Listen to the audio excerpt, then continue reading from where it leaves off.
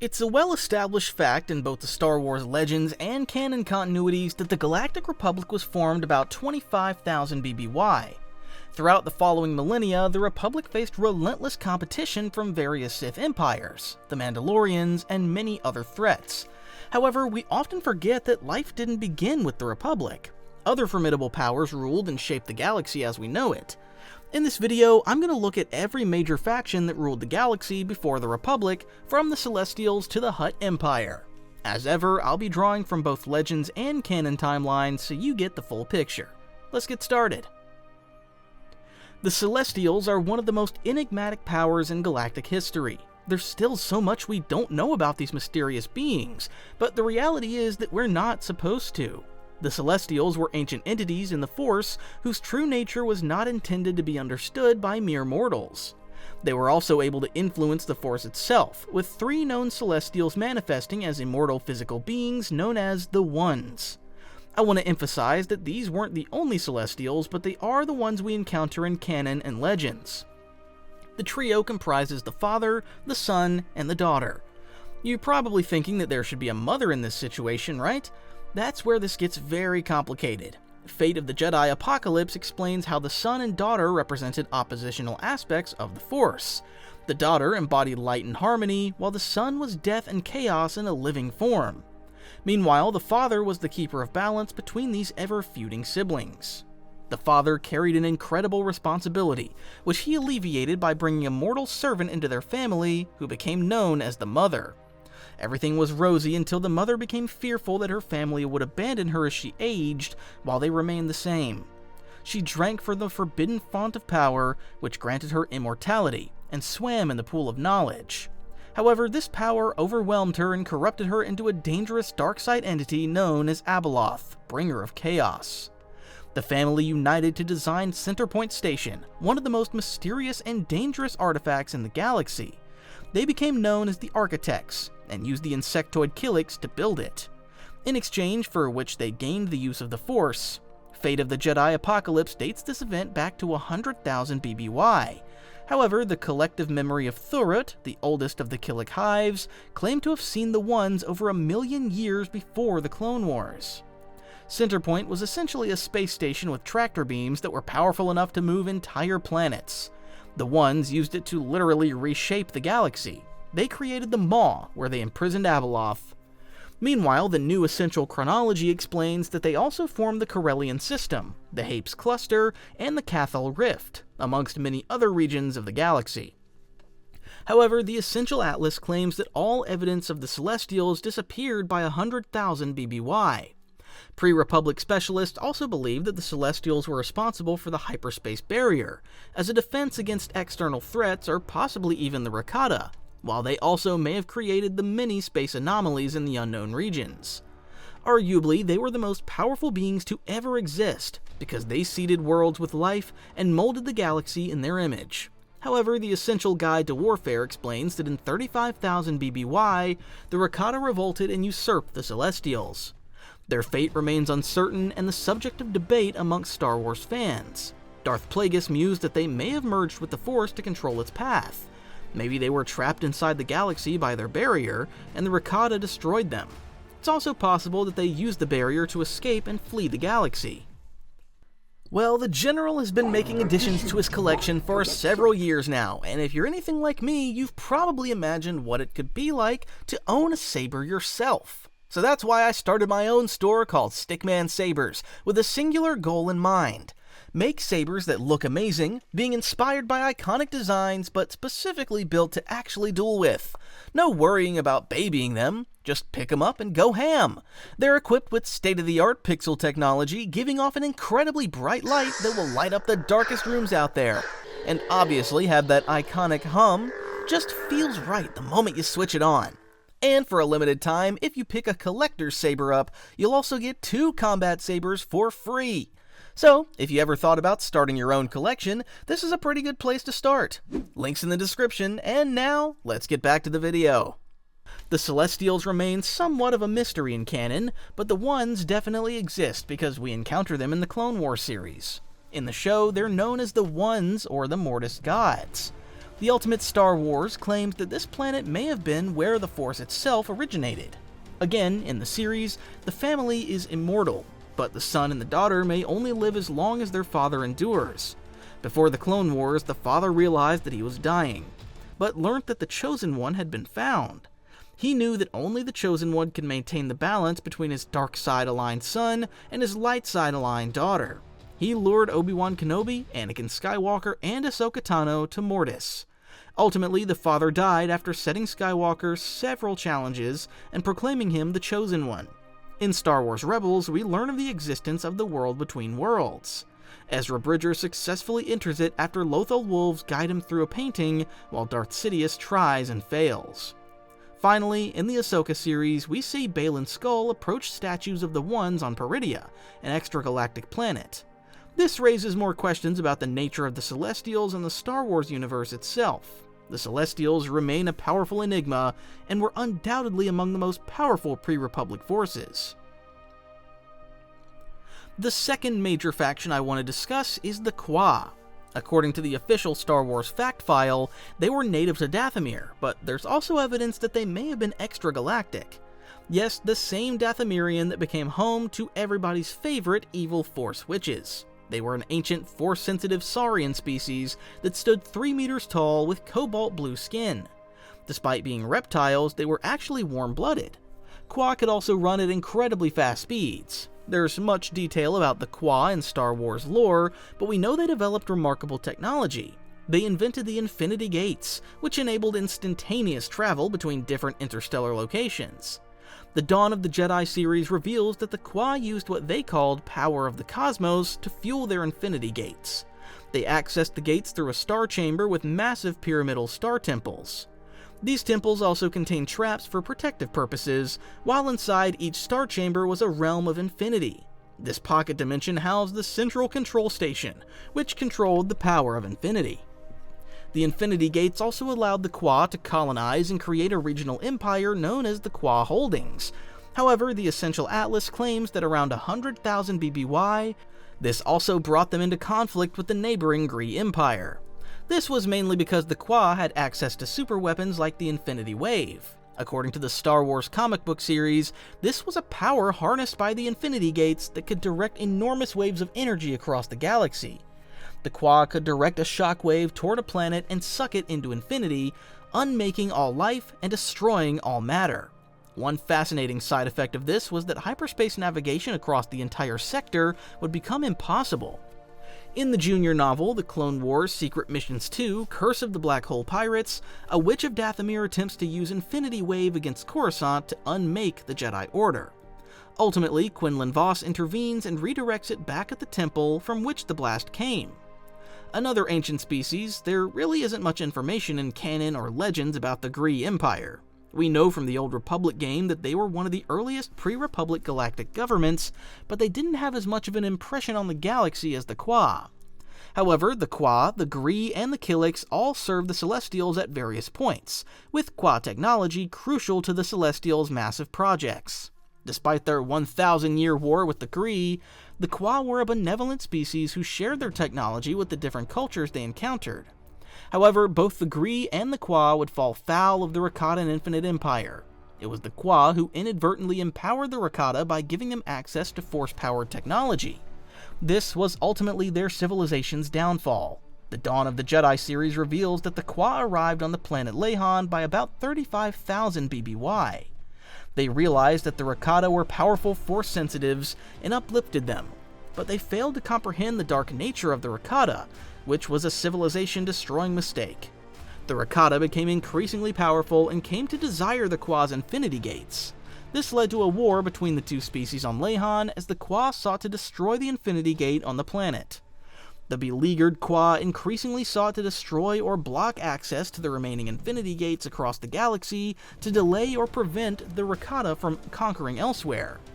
The official Star Wars fact file reveals that they used giant Woofa worms to guard the Infinity Gates from intruders. Unfortunately, the Kwa suffered a grim fate. The Rakatan Infinite Empire wiped out most of them across the galaxy. Meanwhile, the Essential Atlas reveals that some survivors retreated to their homeworld, Dathomir, where their species devolved into the Qui, who were basically simple-minded lizards. The Dathomirian witches had a disturbing belief about the Qua. According to Book of Sith, Secrets of the Dark Side, the usage of the Infinity Gates caused unnatural voids and wounds to Dathomir that saw spirits call the Infinite Empire to the planet. Their arrival decimated the Qua, who degenerated into an animal-like state. Thousands of years later, the Night Sisters would slaughter many of the Qui, with the survivors fleeing into Dathomir's deserts, where they lived in tribes. It was a massive fall from grace for a species that was once a beacon of civilization in the galaxy. Our third great power is one that I've already mentioned several times in this video, the Rakatan Infinite Empire. This exists in both canon and legends, although most of its development takes place in the old continuity. We know from the Dawn of the Jedi series that many years before 36,543 BBY, the Qua arrived on Lehon. As I already mentioned, they granted the primitive Rakata access to their technology and taught them how to channel the Force.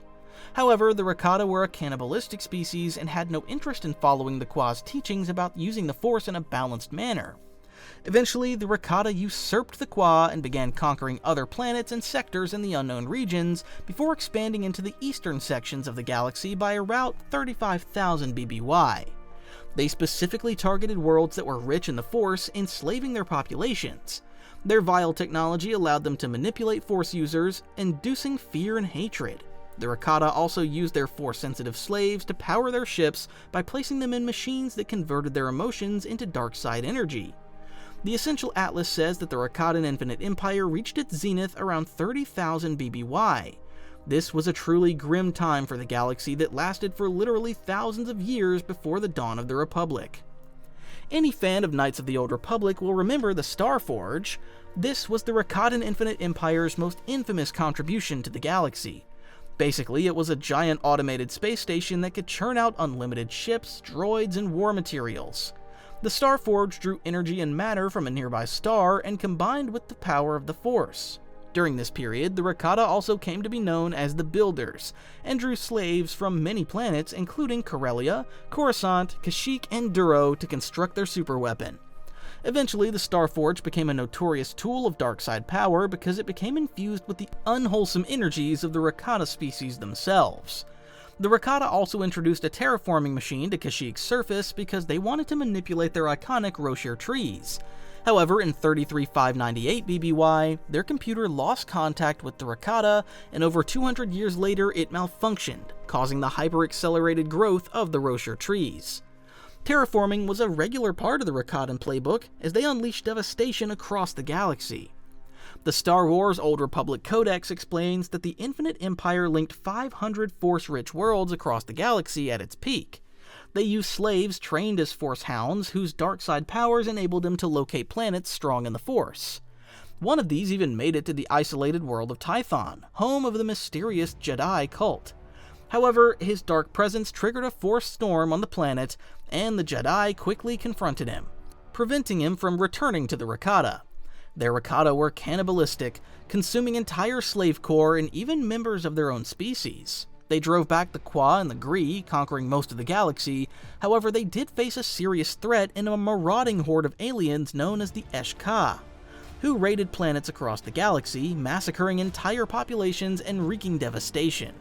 The Old Republic Codex explains that they had an equine appearance and had a caste system, which each member eager to fulfill their role. The Rakata feared them enough to describe them as a plague upon the galaxy, which is quite something given their own antics. The Eshka destroyed dozens of Rakata slave worlds and eventually triggered a reaction. The Infinite Empire assembled a massive military force and took the fight to the Eshka in a conflict that consumed most of the galaxy from the unknown regions to the core. This was a savage war that cost billions of lives, and the wildest aspect is that most Star Wars fans don't know about it at all. Ultimately, the Rakata defeated the Eshka and drove them to the brink of extinction. They imprisoned the survivors in a tomb on Belsavis, where they remained in a conscious state for millennia. One of the Infinite Empire's most notorious legacies was the inadvertent empowerment of the Sith species. According to the Sith dynasties on hyperspace, the Rakata reached Korriban during their expansion era. They pretended to ally themselves with the warlord Adis and show him how to construct a Sith holocron. Eventually, Adis and his Sith followers learned that the Rakata planned to subjugate them. Adis unified the Sith, and they revolted against the Rakata, stealing their weapons and technology. The Sith rebellion was unsuccessful, although it cost Adis his life and devastated Korriban. Jedi vs. the Sith, The Essential Guide to the Force, explains that this is why the Sith initially left their homeworld of Korriban for Ziost. However, Korriban would remain a Sith tomb world and would later host a Sith academy for new initiates. The Rakata's actions also resulted in the Sith fully embracing the dark side, which would impact the galaxy for millennia. However, the Rakata suffered devastating consequences as a result of their use of the Starforge. The dark side powered the massive space station and was highly corruptive. Thousands of years later, Darth Revan would treat it with extreme caution, although his usurper, Darth Malak, was less careful. Over time, the semi-sentient Starforge began to influence and manipulate the Rakata, playing a central role in the collapse of their civilization. After generations of galactic dominance, the Infinite Empire began to fracture. This triggered huge slave revolts across the galaxy as subjugated species took the opportunity to cast off their shackles. This led to a civil war amongst the Rakata themselves as they vied for control and dominance. Then we know from the Knights of the Old Republic campaign guide that the Rakata suddenly experienced a deadly plague in 25200 BBY. This devastated the Rakata because of their self-crafted genetic uniformity. Suddenly, the once mighty Infinite Empire was on its knees, but worse was to come. A mutation in the disease caused the Rakata to lose their connection to the Force. One of the immediate effects of this was that they were unable to use their Force-powered technology. Eventually, they lost control over their colonized planets and retreated deep into the unknown regions, back to their homeworld Lehon. You might think that the threat of imminent extinction might stop them from fighting, but no, the Civil War continued. It devastated their cities and transformed the surface of Lehon into chains of islands. Finally, the surviving Rakata devolved into primal tribe groups, with only a single faction, the Elders, remembering the true history of their people. Revan and his companions encountered them on their journey to find and destroy the Starforge during the events of Knights of the Old Republic too. Ultimately, the Rakata Infinite Empire descended into chaos. Nonetheless, they remained one of the galaxy's longest-serving dynasties and one of the first true rulers before the Republic. Despite their sheer brutality, they're arguably more relatable than the likes of the Celestials or the Qua. The fourth major faction I want to discuss is the Hutts. In another timeline, these loathsome slug-like gangsters could have ruled the entire galaxy for millennia. It's easy to forget that they actually had their own empire that was probably the most powerful force in the galaxy for about 200 years. The Hutts were one of the first species to successfully rebel against the Rakata. According to the Old Republic Encyclopedia, Ardustag the Absolute led a series of uprisings against their conquerors in 25200 BBY. Eventually, they finally overthrew their oppressors and seized their technology. Crucially, they were one of the first species to develop hyperdrives, which enabled them to travel long distances quickly without depending on the Force. They then used it to forge their own empire, invading outlying planets and enslaving their populations. At this point, the Hutts were an aggressive warrior species, which is slightly terrifying to imagine. We're so used to the corpulent crime lords of the Old Republic and Galactic Empire eras like Jabba, Ardula, and Durga. However, the Complete Guide to Alien Species explains that Hutts were deceptively strong and could use their tails to deal powerful blows to their enemies. However, Hutt expansion ground to a sudden halt when they faced a challenge from the human Taiwanese ruler Zim the Despot and his empire. The Essential Atlas explains that in 25130, he conquered much of the Taiwan cluster, constructing war robots to enhance his combat forces. As his name suggests, Zim was a cruel ruler who used terror tactics, including mass executions. Zim's conquest brought him into direct conflict with the Hutts as they fought for control over the key Cyclada cluster. Both sides had successes, with Zim's forces destroying the Hutt colony world of Kovari, while the Hutts defeated Zim's fleet at the First Battle of Vontor. However, the key moment in this conflict occurred at the Third Battle of Vontor. The Hutts imposed the Treaty of Vontor onto the Kletuinians, the Weequay, the Vodrens, and the Nikto, binding these species to them in enslavement for millennia. They then used them as mercenaries to finally crush Zim's forces and capture the warlord himself. Zim died as a prisoner in Kosak the Hutt's palace while his empire quickly crumbled. However, the Zim Wars had a profound effect on the Hutt Empire's capacity for further expansion. War is very expensive and cost a lot of lives. Meanwhile, the nascent Republic formed soon after in the core worlds in 25,000, basically forcing the Hutt to stick to their section of the galaxy. The Hutt Empire endured for another 10,000 years until the Hutt Cataclysms in 15,000 BBY. According to the Essential Atlas, this was a brutal civil war that resulted in the near extinction of the Hutts and the devastation of their homeworld Varl. Eventually, the Hutts colonized Evokar, displacing the local population to the planet's moon, and renaming the planet Nalhutta. Meanwhile, Budhilla Hestilik Amura established a Hutt Grand Council to oversee their affairs. He also developed the Khajiitic system. This philosophy saw the Hutts pursue a policy of manipulation from within rather than pursuing open conflict. It was designed to prevent them from wiping each other out, while maintaining the possibility for competition between the Hutt clans. The Khajiitic social structure would define the Hutts for thousands of years. There was a massive power vacuum in the galaxy after the fall of the Rakata Infinite Empire. Basically, it was almost impossible to rule the entire galaxy at this point because no faction had the power or the technology to travel vast distances. However, the core worlds had a massive advantage over other territories because they were blessed geographically. They were at the center of many major hyperspace routes, so worlds like Coruscant, Duro, Alderaan, Corellia, and Quat benefited from interconnectivity and trade. These planets quickly became wealthier than those in the Outer Rim, and their populations rapidly increased. Crucially, they were also at the forefront of hyperdrive technology development.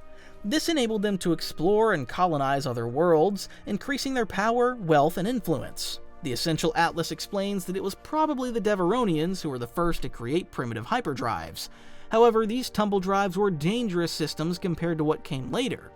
It was really the Corellians and the Duros who constructed the first true hyperdrives and navigational computers.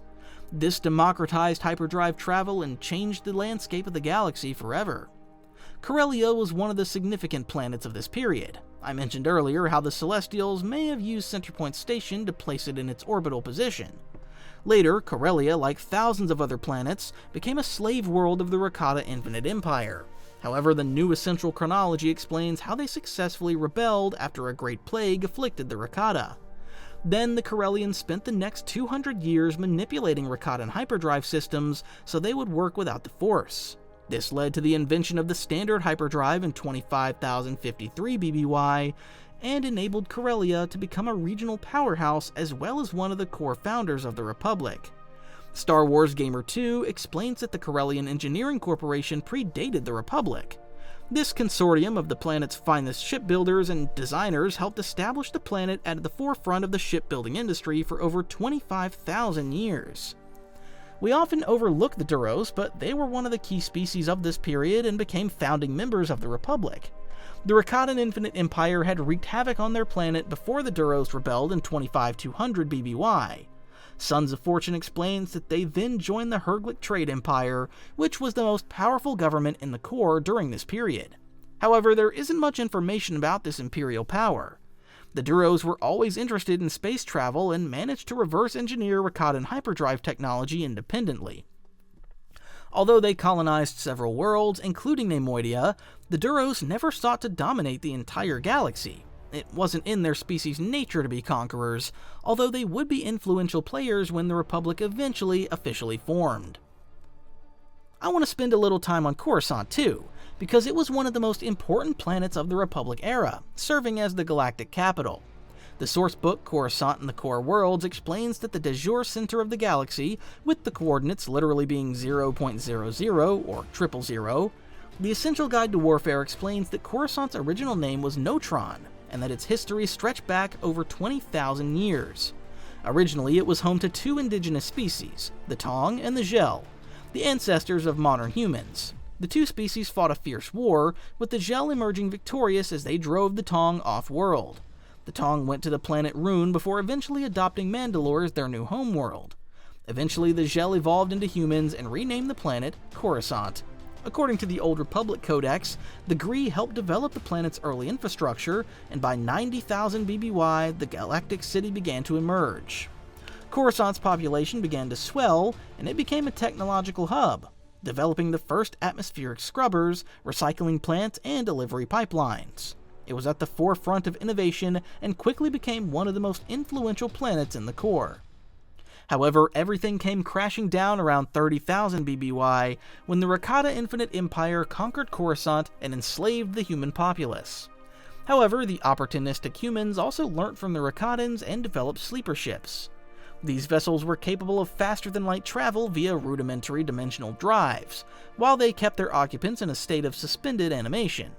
The Essential Atlas explains that after the fall of the Infinite Empire, the Coruscanti humans used these ships to settle many planets, as far as the outer rim worlds of Janalus 7, Barsag, and even Casilla in the Unknown Regions. The humans of Coruscant also regained control of their world and emerged as one of the most powerful species in the galaxy. By 25,053, Coruscant had made contact with other core planets, including Alderaan, Duro, and Corellia. The Old Republic Encyclopedia explains that Coruscant was the site of the signing of the Galactic Constitution, a definitive moment in history that sealed Coruscant's significance as a political capital. Coruscant was the anchor of the Perlemian trade route, a major hyperlane that connected the core with the distant Tyon cluster.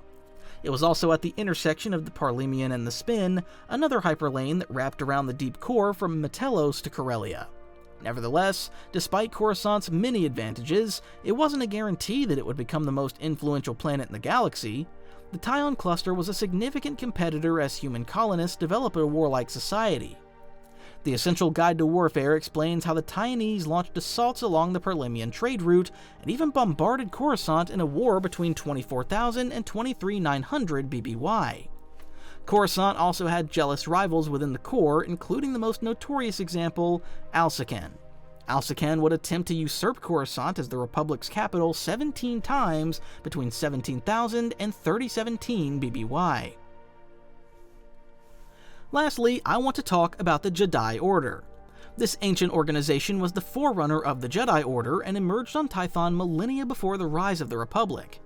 In 36453 BBY, the Thoyor, 8 Great Pyramid ships, called out to the inhabitants of the planets they were located on, including Dathomir, Kashyyyk, and Manaan. The Dawn of the Jedi series explains that these mysterious alien ships collected Force-sensitive beings from many different worlds, bringing them to Tython. A variety of species, including humans, Twi'lek, Wookiees, Noghri, Sith, Iktochi, Mirialan, and many more made the journey. The Jedi saw the Force as two aspects of a whole. They believed in the Ashla, or light, and the Bogan, or dark, and saw this duality in Tython's two moons. If a Jedi strayed too far in one direction, they would be exiled to the opposite moon to meditate until they returned to the balance. There were 9 Jedi temples on Tython, with each one focusing on a different skill. All Jedi were expected to travel to each of the temples and train with the Masters to hone their abilities and knowledge. The Jedi didn't rule the galaxy because they existed in a time before this was even a concept. It was almost impossible for most beings to travel across the galaxy because of the long distances involved. However, the Jedi were extremely powerful and influential within their corner of the galaxy.